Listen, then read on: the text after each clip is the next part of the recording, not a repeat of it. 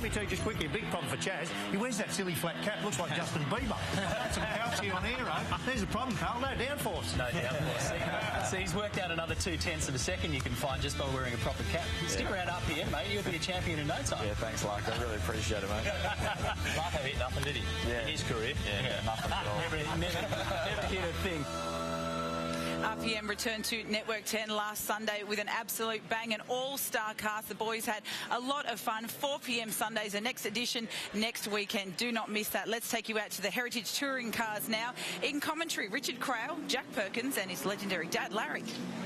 Thanks, Mel. Appreciate that. Yeah, not satisfied with one Perkins in the commentary box. We've got g'day to Jack and g'day to Larry Perkins, mate. Welcome along. Great to have you here at the Australian Grand Prix as part of our team today here on 10 Sport. Cars from an era where you were right at the very front of Australian touring car racing on track now. Yes, I was just watching them go past there. One in particular, 77, the old Elf Barbagallo Commodore. It looks great.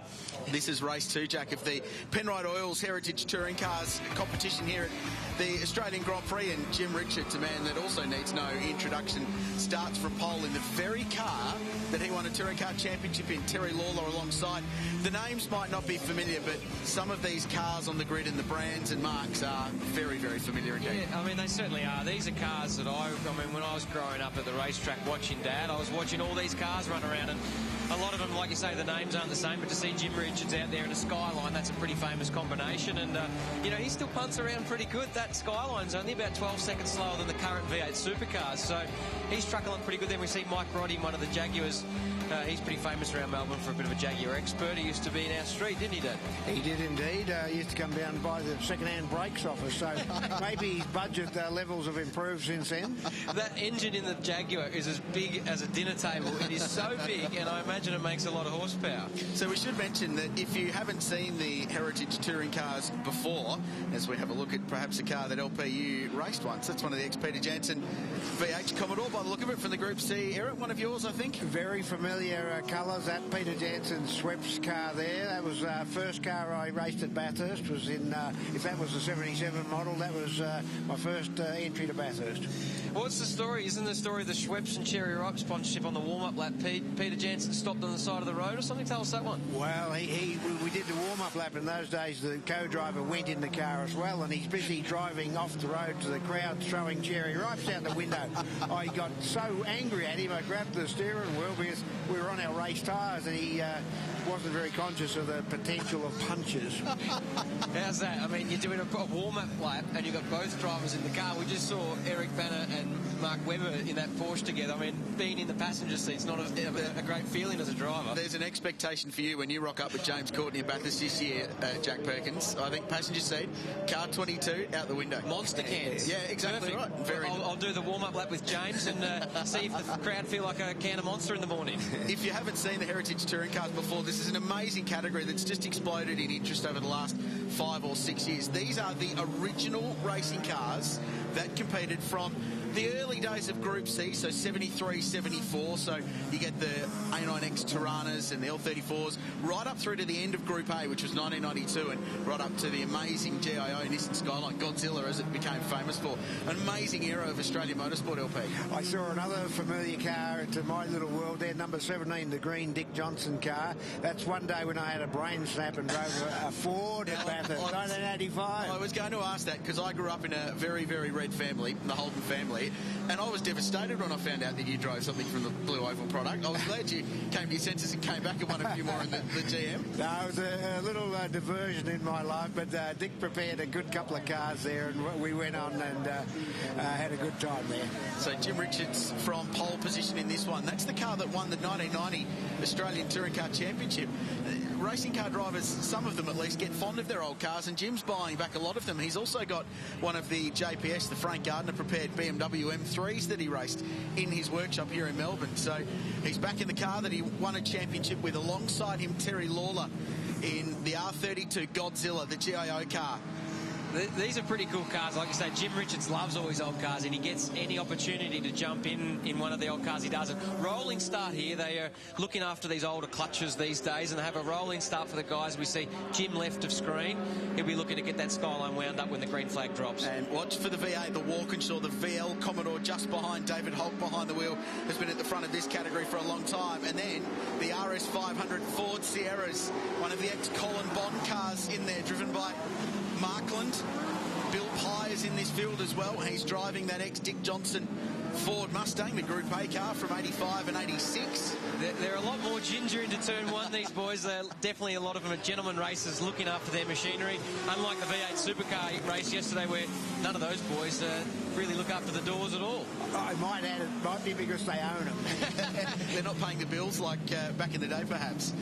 There's the STP Roadways Group C Commodore, driven by Ed Singleton, who really is the man who's tied this category all together over the last few seasons. It's a great mix of cars, isn't it? I remember that STP car, Gricey. That was pretty cool in its day, a cool sponsor, and they used to look the part. I remember that STP sneakers, I think. So as the Group A cars continue to work through the Heritage Touring Car field, Mark Howard's been finding the drivers as they arrive at Albert Park, and he's found McLaren's Jensen Button. Jensen, great to see you back in Australia. The sun is shining. It's a new day, I guess. Yeah, it is, and it's a warm day, which is nice. Hope everyone's got their suntan lotion on out there. There you go. It's a nice community service announcement by you.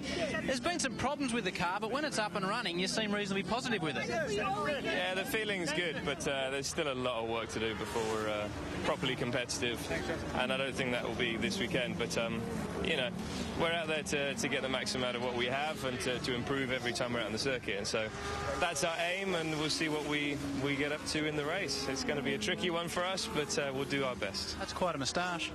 I'm trying, yeah. It's very blonde, or some would say ginger, but Push on. I'm trying, exactly. I tell you what, only Mark Howard would ask Jensen Button about his moustache. That is only a Mark Howard question. I love it.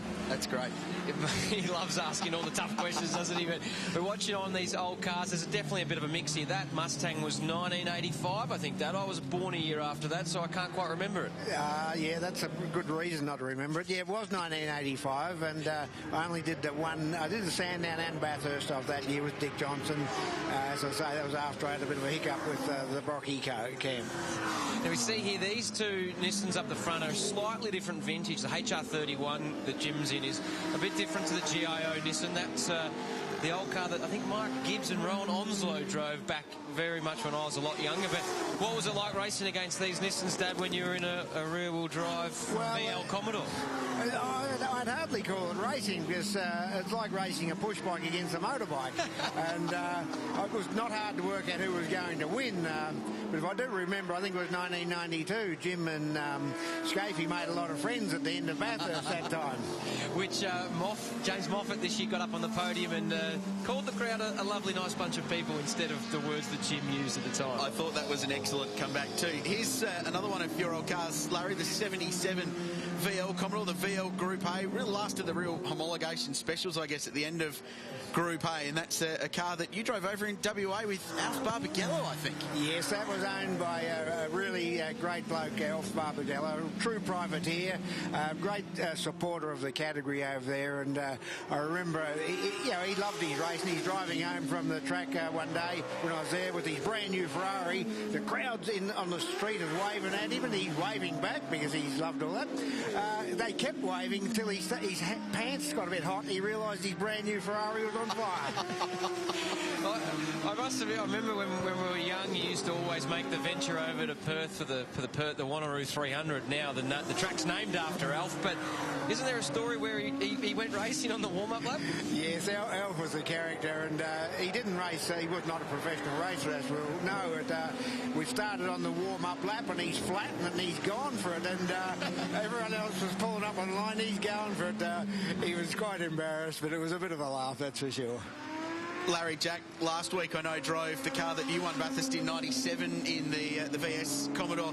Must be cool to see your boy racing one of your old cars that you had great success in. Well, it's something I'd never, you don't think about at the time, but yes, it was cool to see the car that was in our shop for a service from Dave Gardner, who now owns it, and yeah, it brings back a bit of memories. I'm not as enthusiastically challenged as these guys are, but it's so great to see all this stuff, yeah. It's amazing the preservation that goes into them too, and there's industries created around looking after and preparing these old cars as well, boys. Yeah, and that car of Dave Gardner's is the Black VN, the Alf Barbagallo car. I drove that last year. It's actually got a 5-speed gearbox in it, which in my era has all been 6-speed, and the 5-speed's quite interesting because first gear is down where second normally is, and reversed is where first is. So you've got to get your head around what gear you're in and where you're actually trying to go in the gearbox. It's quite fun to drive, though. I hope you didn't damage the gearbox. No, nor the engine. I definitely got it all right, that's for sure. So Jim Richards continues to lead this 8-lap race. We're on lap 3, but Terry Lawler really keeping him honest. Terry's a very experienced privateer racer, I guess you can call him, racing in historic touring car racing for quite some time. David Hulk in third in the VL Walkinshaw. Brian Sala is up a couple of spots from where he started yesterday. He's in the RS500 Ford Sierra. Those cars were amazing. That's one of the ex-Tony Longhurst cars around the 88, 89 era. Of course, got a Bathurst victory there with Thomas Mazzera. I like the look of the VR Walkinshaws. I mean, to me, that's a great-looking race car. The Batmobile, as the road car was known. We're working our way through the Penrite Heritage Touring Cars. We're going to take a break from Albert Park. We'll come back with the conclusion of this race and more F1 arrivals here on 10.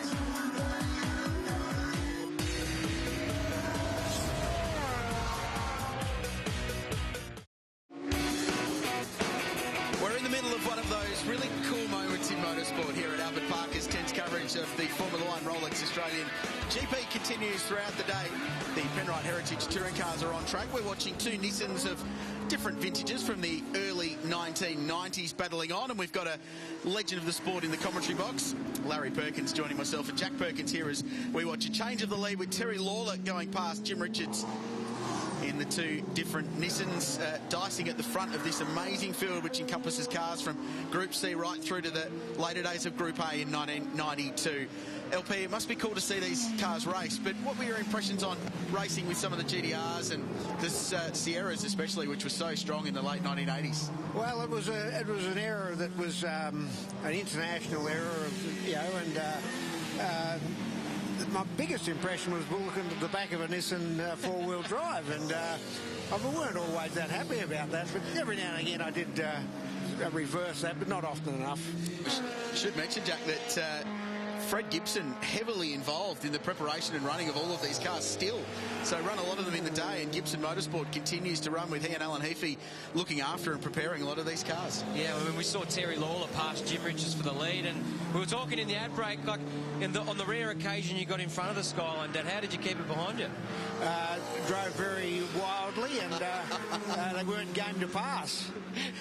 We touched on before the ad break, there's another VR Walkinshaw there. That was a car that I think Russell Ingall made his debut at Bathurst in a long time ago. 94. But I like the look of those VR Walkinshaws. And Dad, you had a bit to play with Tom in the early days of HSV and HRT. Yes, that very first year, I think I might have prepared the cars under their banner and went up there. But the Batmobile, as they were called, but they were a unique thing and very much sought after now by enthusiasts. And dicing here with Brian Sala. He's in the number 5 Ford Sierra, and David Holt just has a bit of a moment out of turn 2 in the Walkinshaw. So this was what it was like back in the day. The 5-litre Holden-powered Commodore dicing with the turbocharged Ford Sierra, and those things were just rocket ships back in the day. They were. And Brian Sala, if my memory serves me correctly, he was one of the youngest ever to race at Bathurst.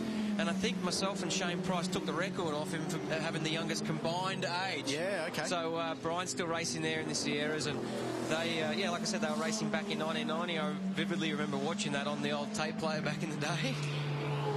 So 3 laps to go in this race. Lawler and Richards having a really entertaining battle out in front, but there's battling right through the field. Got a few messages on Twitter. There's a couple of guys. There's an XD Falcon and one of the ex-Colin Bond Alfa Romeo GTVs apparently having a massive battle. So cars from different eras.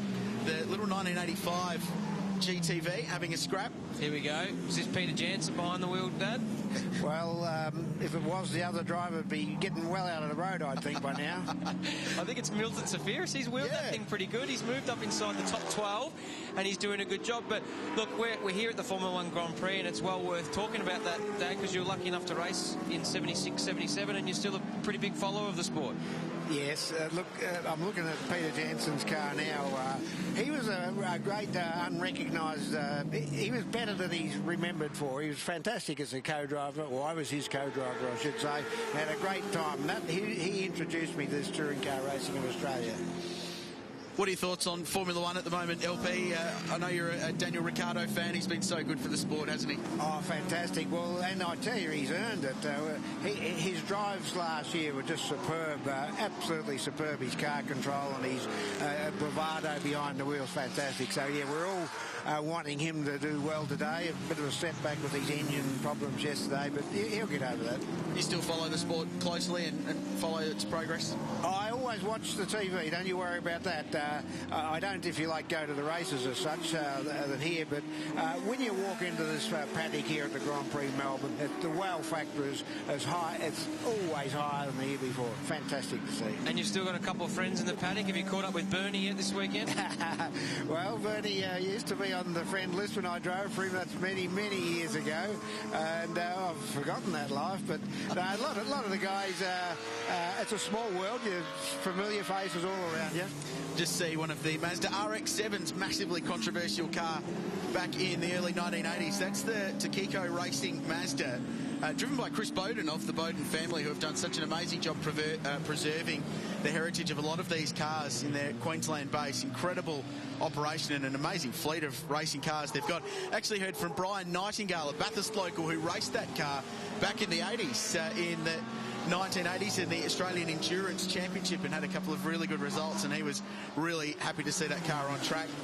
There's Sebastian Vettel, four-time world champion. Jackie Stewart chatting with Nico Rosberg. You know Jackie Stewart, don't you, Dad? Yes, I've known him way back in those days, and I saw young Nico Rosberg, his old man Keke was a very good friend of mine. We raced together many times in the 70s and 80s. We see a change to the lead here. Jim Richards has pegged one back on Terry Lawler there. This is the skyline battle of all battles. This is good stuff too. I'm sure the Nissan people will be watching this hoping this is what's going to happen in the V8 Supercar race later today, but there's no turbos on those Altimas. We should remember that Jim is still racing quite regularly, not only in Targa Tasmania, where he's been racing a Porsche there for many years and still the most successful driver in that, but he's racing and winning championships in the Touring Car Masters Series, so even older cars than these. Was on the podium at the Clipsal 500 in his old, well, brand new AMC Javelin, which is an amazing car. This is a great fight as they start the final lap. The Heritage Touring Cars here at Albert Park. One of two races we'll bring you over the course of the weekend from this amazing look back over the years. Now, who's this arriving in what looks to be a lovely car? Mark Howard has more news. Well, that is a beautiful car there. You can see it. That is the car the world champion Lewis Hamilton arrives in. It's got quite a chain on today. Mind if we grab you for a quick chat as you sign, Lewis, if you don't mind? How are you this morning? Positive day yesterday? Gonna move out of the way, guys. Thank you very much, Lewis. A positive day yesterday, Lewis? It was okay. It wasn't too bad. How are you feeling looking forward to qualifying today? Sorry, mate. Moving. How are you feeling looking forward to qualifying today? Back up a little bit, please. Honestly, I'm excited. I think it's gonna be a difficult day for sure, but so I can't do two things at once. No, you go and do your thing, mate. There is Lewis Hamilton. I think we're going back to you and Crailsey and Jack and Larry. I don't think you used to roll with a chain like that, Larry, when you were driving, but I like it. But one question for you without notice, Larry, one of the hard men of Australian motorsport, how do you feel about the fact your son shaves his legs? I wish I didn't know about that. Hey, look, my question was going to be when you rocked up to a Grand Prix in 76 or 77, did you have the chain and were in the backseat of a Mercedes coupe? I mostly rocked up on a push bike, I think, you know. But that's a little bit different to the way I used to do it, for sure. I'm not sure whether I was jealous or not of that chain. How's Howie? He loves it, doesn't he? Yeah. He will do anything he can to extract a comment or two from... It's only Saturday, Howie. Payback is always good. But we're approaching the last couple of corners here, and these two Nissans have put together a great race, and it'll be interesting to see if Terry Lawler can get it done here. Well, Jim Richards took the first race yesterday morning. I wonder if Lawler will return serve this time around. Out of the final corner, it's been an entertaining battle the whole way through. A bit of smoke and haze up in front from some ailing cars, with the checkered flag out. And the 92 Godzilla wins at Albert Park. A great victory for Lawler. Defeats Jim Richards. Really entertaining battle between the two of them. And third place will be David Hulk in the GIO Walkinshaw. So one for the Holden fans there, LP. Still very competitive, even, 30 years after it made its debut. Well, it's competitive. I'm not sure with who, but no, it's great to see it, though. The enthusiasm of here, especially these owners, is fantastic to see. And that's Dave Gardner there. Great support of Australian motorsport. Good to see him still got the Perkins and Barbagallo on the window.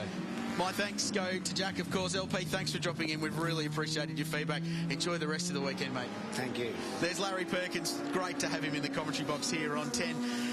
It's been a big weekend. There's so much more going on as well, and there's plenty of great movies out at the moment. One of them being Get Hard, starring the outrageously funny Will Ferrell and Kevin Hart. The hilarious comedy's out March 26th, and we caught up with them in the lead up to the weekend. Check this out.